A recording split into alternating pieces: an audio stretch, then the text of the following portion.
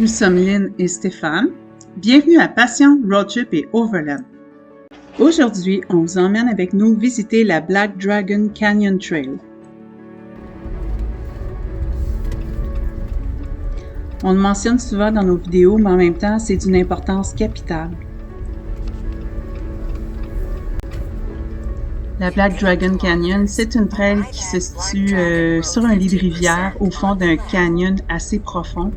Donc, si vous voyez que la météo n'est pas de votre côté cette journée-là, ou s'il prévoit de la pluie, rebroussez chemin, allez pas dans ce canyon-là. C'est vraiment pas une bonne idée. Wow.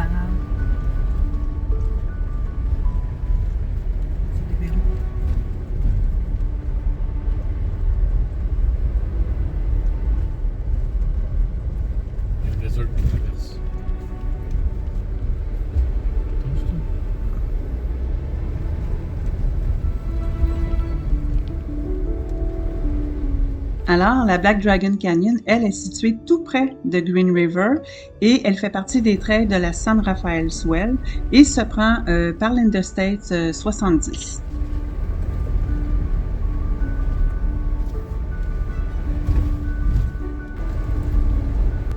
Ce qu'on vous dit pour la pluie puis les crues éclairs dans le lit des rivières, en fait sur le lit des rivières au fond des canyons, c'est vraiment sérieux là, c'est pas une blague. Il faut vraiment comprendre que lorsque vous êtes au milieu de votre trail puis que vous faites surprendre par la pluie qui coule le long des parois, vous vous retrouvez comme dans un bain là, et de ressortir de là, c'est toute une histoire.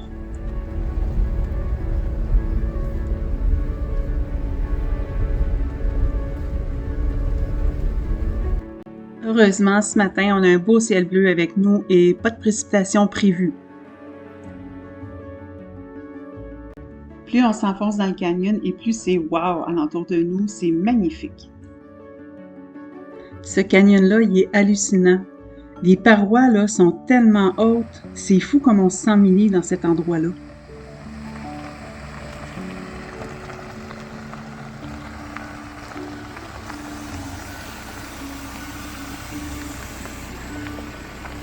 Donc, on vous confirme que depuis nos tout débuts en Overland, le Black Dragon Canyon, ça a été un des plus beaux canyons qui nous a été donné de faire. C'était vraiment spectaculaire. C'est un de nos préférés d'ailleurs.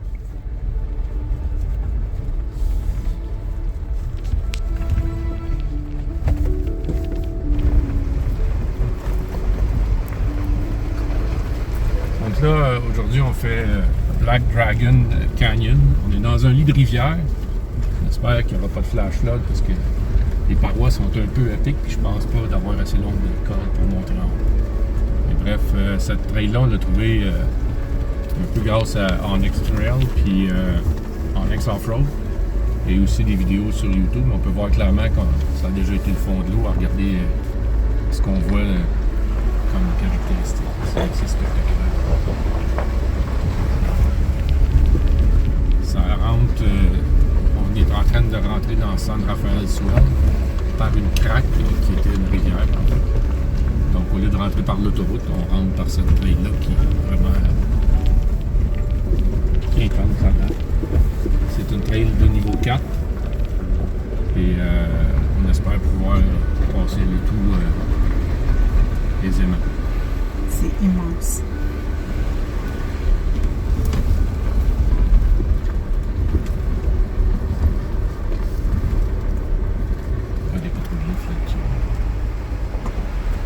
Donc, dans la Black Dragon, il y a beaucoup d'endroits qu'on peut visiter, puis c'est une réserve protégée avec des pétroglyphes. On peut voir ici qu'il y en a quelques-uns. C'est fait par des peuples indigènes de quelques milliers d'années, entre 2000 et 8000.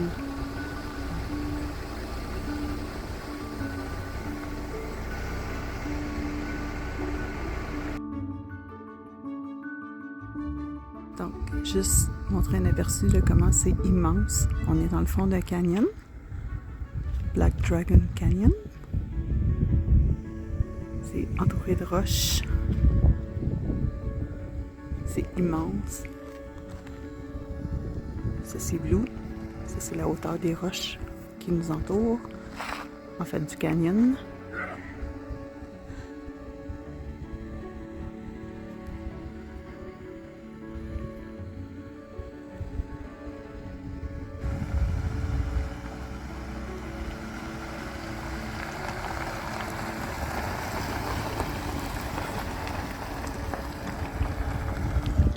Ce qu'on observe devant nous dans la Black Dragon Canyon, c'est en fait le résultat de millions d'années d'érosion par l'eau.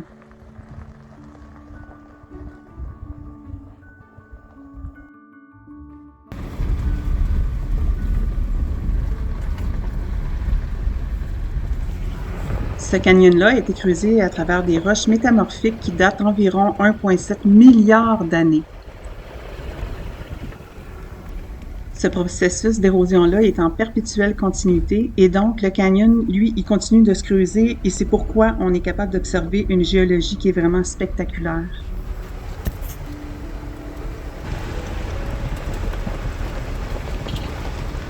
Donc autour de nous, c'est magnifique et c'est un privilège de pouvoir observer toute cette belle nature-là. Franchement, on est vraiment, vraiment content d'être ici.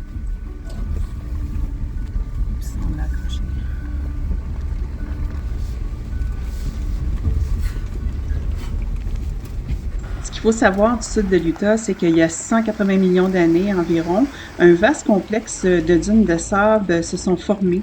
Ces dunes-là ont été par la suite enfouies par des couches de cendres volcaniques et tout ça s'est cimenté à cause des minéraux de la cendre volcanique qui s'est mis sur les dunes de sable. Avec le temps, ça s'est transformé en grès.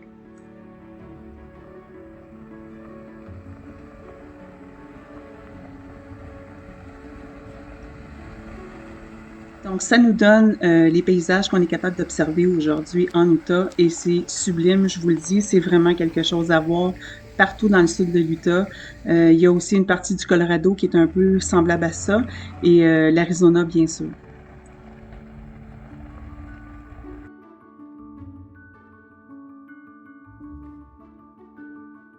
Donc, Stéphane mesure 6 pieds 3 et c'est impressionnant de voir comment les roches sont disposées au fond de ce canyon-là. C'est magnifique. C'est en matinée que nous, on a visité ce canyon-là et c'était un bon temps pour aller parce que, bon, le soleil était caché à certains endroits par les rochers et donc on se retrouvait à l'ombre. C'était parfait.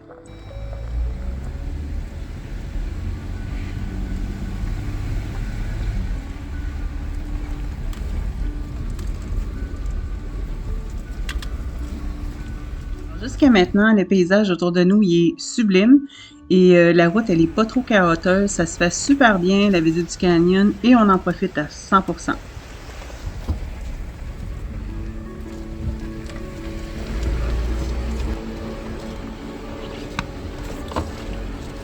On mentionne régulièrement que quand on fait des trails comme celle-là, souvent on se retrouve seul au monde, on croise jamais ou rarement personne. Et celle-ci n'a pas fait exception, sauf qu'on a eu le temps de faire toute la trail au complet et une personne est sortie de la trail quelques minutes après nous.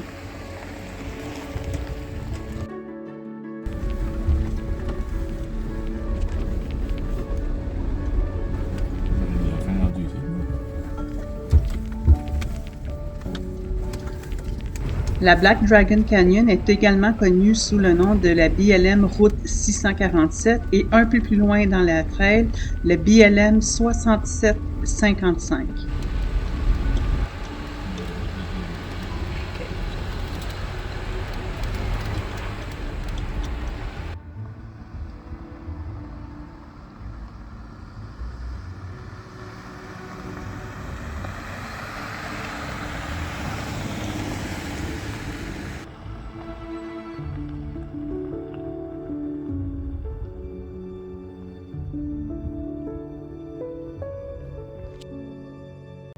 Cette partie-ci de la trail était vraiment magnifique et c'est là qu'on s'est arrêté pour prendre une petite pause et faire quelques photos.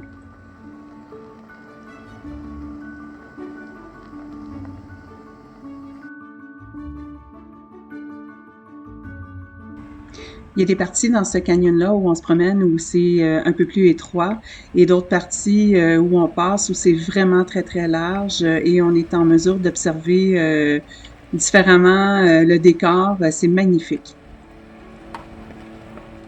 Quand on se promène comme ça dans le sud de l'Utah, on devient accro à aller faire ces trails-là parce qu'on sait qu'on découvre plein de nouvelles choses. Il y a des petits challenges aussi qui sont intéressants, mais tout le côté zénitude, relaxant, c'est vraiment là magnifique à faire et nous, on n'est plus capable de s'en passer là. On adore ça, faire ça.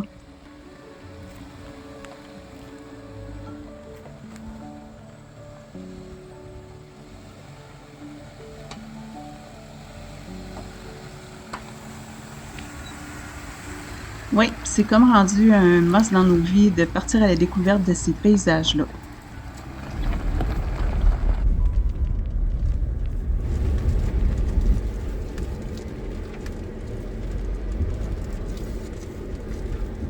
C'est à partir de ce stade-ci de la trail qu'on commence à rencontrer un peu plus d'obstacles et la conduite avec Blue devient un peu plus technique.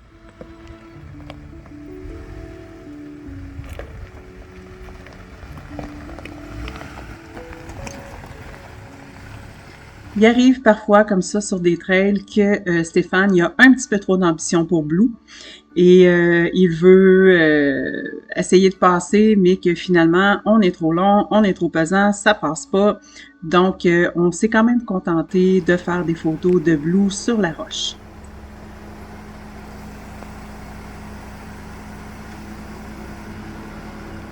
Va doucement.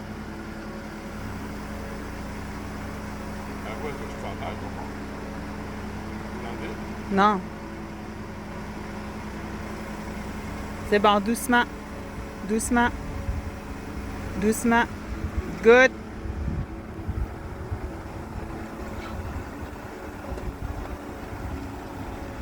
Alors, pas le choix. On prend la route de contournement et bien franchement, je crois que c'est la décision la plus sage.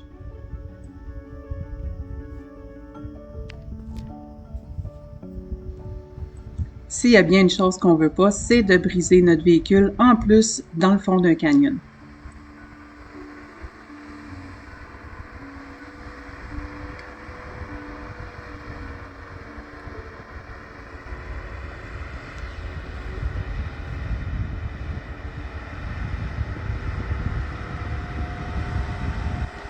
Je confirme que c'est dans cette partie-ci du canyon qu'on a eu le plus d'obstacles et que, à mon avis, c'est ici que le niveau 4, donc modéré, de la trail prend tout son sens.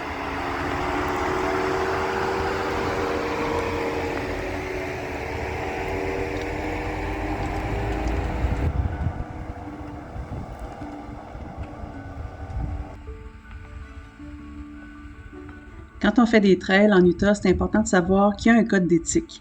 Ce code d'éthique-là, ben, ça promeut une éthique de plein air à respecter avec le principe TREAD qui vise à protéger les sentiers et les terres publiques. Donc, le TREAD veut dire Travel Responsibly, Respect the Right of Others, Educate Yourself, Avoid Sensitive Area et Do Your Part in Utah.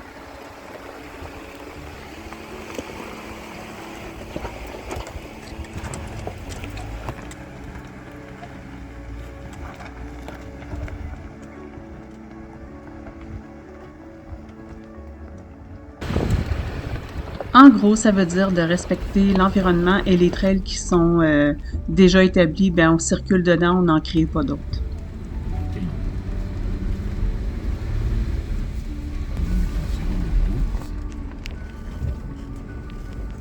Donc, l'organisme Tread Lightly, lui, organise des actions de bénévolat pour l'entretien des sentiers, notamment dans ceux des forêts de l'Utah, afin de garantir leur accès et leur préservation. Et ça, c'est très important à respecter.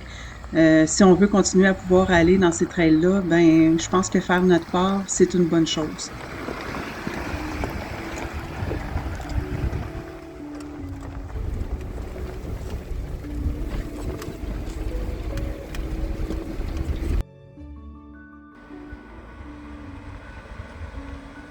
Donc ici, un peu comme dans pas mal tous les trails en Utah, c'est permis de faire des pique-niques, de profiter des lieux, de prendre des photos, mais quand on quitte, faut laisser ça aussi propre que lorsqu'on est arrivé et même mieux. Donc, c'est rapporter avec nous tous nos déchets et d'en disposer ailleurs où il y a les installations pour.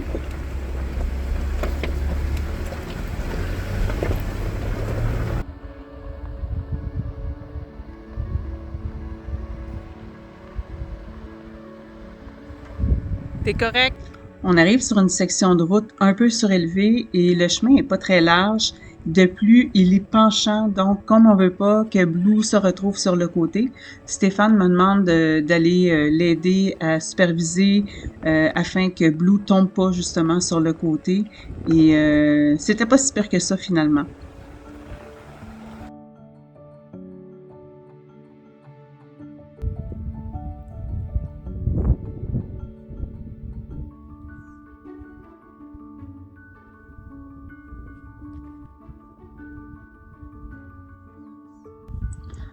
On arrête pour prendre une petite pause dans une section beaucoup plus large de la trail et Stéphane en profite pour faire voler le drone.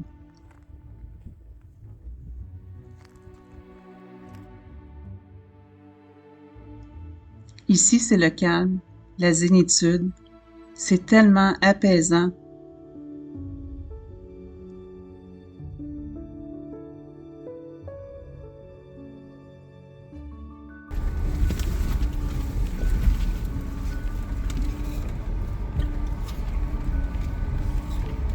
Après quelques minutes, on décide de reprendre la route et se diriger vers la sortie de la trail.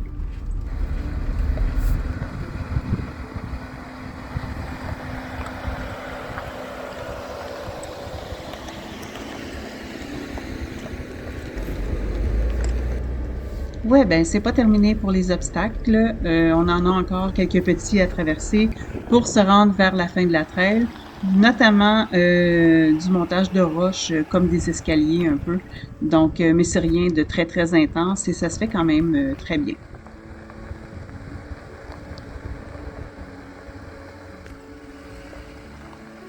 On peut vous dire que l'air climatisé à cette heure-ci se fait aller joyeusement dans le véhicule et on l'apprécie vraiment beaucoup.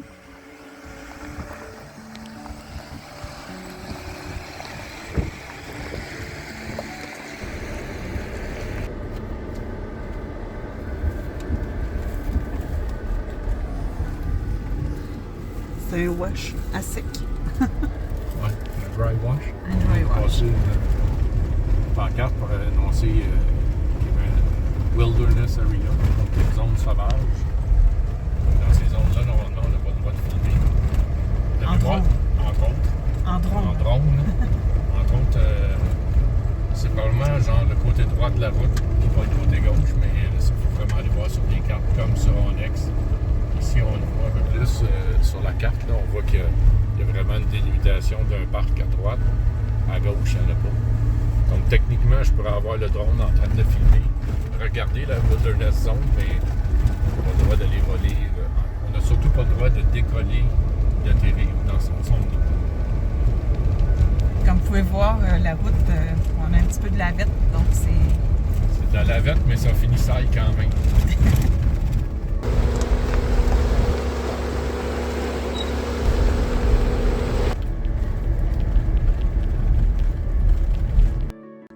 Vous aimez le contenu de nos vidéos et vous voulez être avisé lorsque ceux-ci sont mis en ligne? Faites-nous donc un petit like, abonnez-vous à notre page et partagez à vos familles et amis. Merci de nous aider à nous faire connaître. Retrouvez-nous dans nos prochaines aventures où nous faisons la découverte de la Fix-It Pass Trail dans la San Rafael Swell.